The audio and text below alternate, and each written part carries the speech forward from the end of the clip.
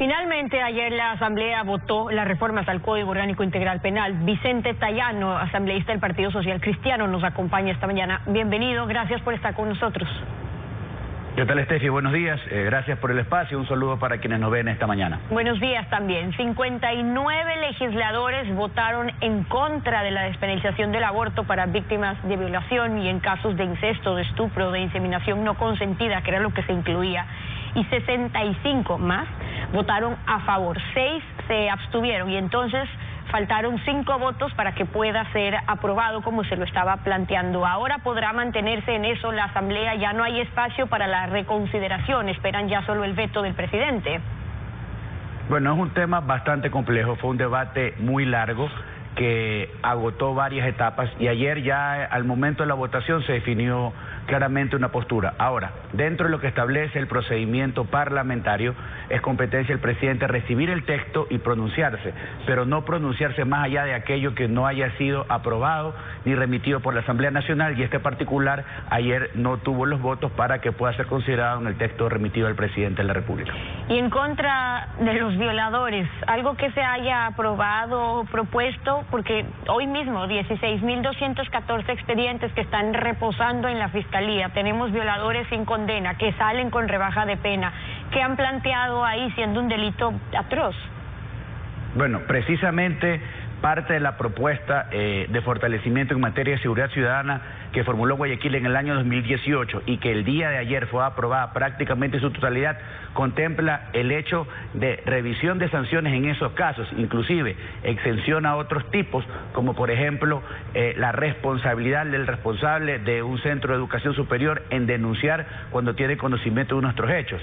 Ahora, a partir de esta reforma, la parte siguiente es que quienes son los encargados de aplicar la ley, los operadores de justicia, jueces y fiscales, lo hagan con la rigurosidad y con la celeridad del caso. Esto es un gran desafío. Si bien es cierto, la Asamblea ayer ratificó las únicas 2 causales por las cuales se despenalizaba el aborto, el desafío es muy grande, es importante porque hay que tutelar y proteger los derechos de las mujeres que son violadas. Hay que sancionar con rigurosidad al violador, porque es precisamente ese el criminal que causa o genera el problema. En materia de seguridad, plantearon ustedes el endurecimiento de penas, sanciones por actos delictivos, también en casos de reincidencia, y es que es el cuento de nunca acabar, es lo que contamos aquí todos los días, los cogen, resulta que tenían 30 detenciones, tienen antecedentes penales, pero siguen allí sueltos y valiéndose de 1001 formas que la ley o la inacción de jueces lo permite. ¿Qué plantearon sobre eso?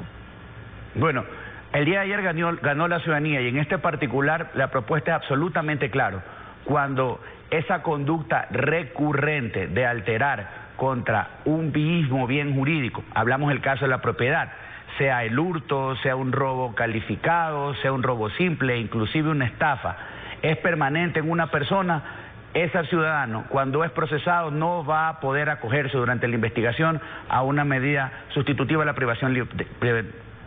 sustitutiva a la prisión preventiva, es decir, va a estar durante ese procesamiento en la cárcel y una vez sentenciado y deberá cumplir la totalidad de la sentencia. Significa desde la segunda vez, porque claro, cuando hacen la distinción no es que solo roba un celular, es que no ha entrado a robar millones y bajo ese pretexto es que tenemos que entran y salen porque en ese momento robaron solo un celular y se hizo la distinción. Luego sabemos que por un celular mataron a una persona, pero cuando consideran la reincidencia para que ya no se puedan aplicar entonces las sustitutivas, ¿de qué casos estamos hablando? Bueno, precisamente ese es el tema importante. Ahora lo que se conceptualiza es que cuando se vuelva a cometer una infracción dentro de un mismo bien jurídico protegido, hablamos del derecho a la propiedad, el caso que usted está proponiendo, en el caso del robo, si antes cometió un robo simple y luego comete un robo con fuerza, en ese particular ya no podrá delincuente acogerse a una medida alternativa a la prisión preventiva. Bueno, exactamente igual, porque es el mismo bien.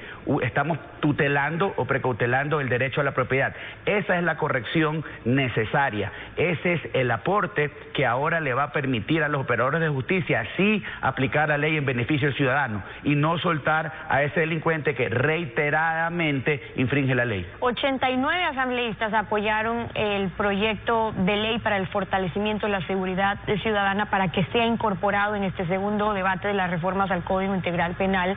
Esto fue propuesto, de hecho, por su bancada, estuvo el asambleísta Henry Bucalón ahí, y ahí se propone, entre otras cosas, evitar la caducidad de la prisión preventiva en delitos como robo, secuestro, inviolabilidad de la integridad sexual, el abuso o violencia de la mujer, ahora que hablamos de eso, o miembros del núcleo familiar. ¿Qué se consigue ahí versus lo que estaba vigente hasta hoy?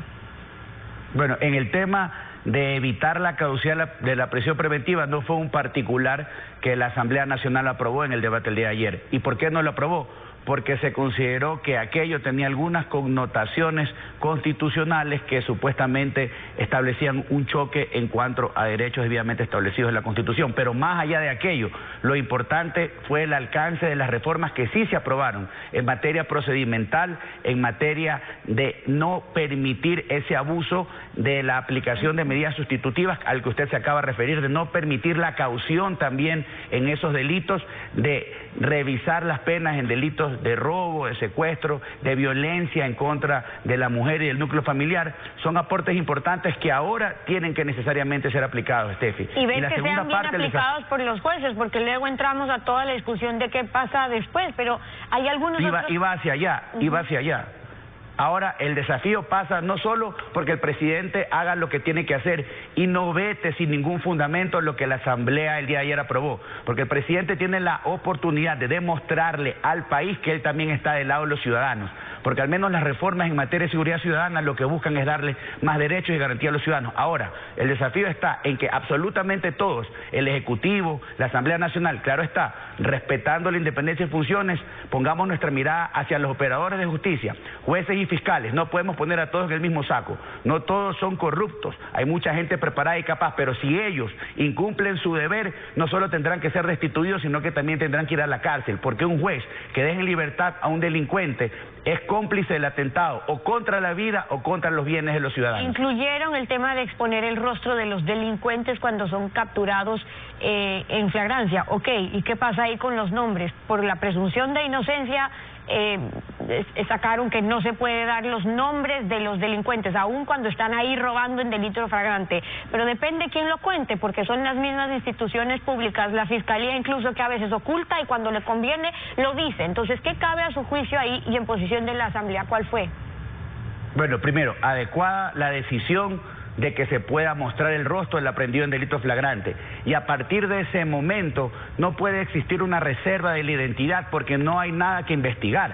¿Qué dice la norma penal en este momento? Que la reserva existe a partir de la investigación, una indagación.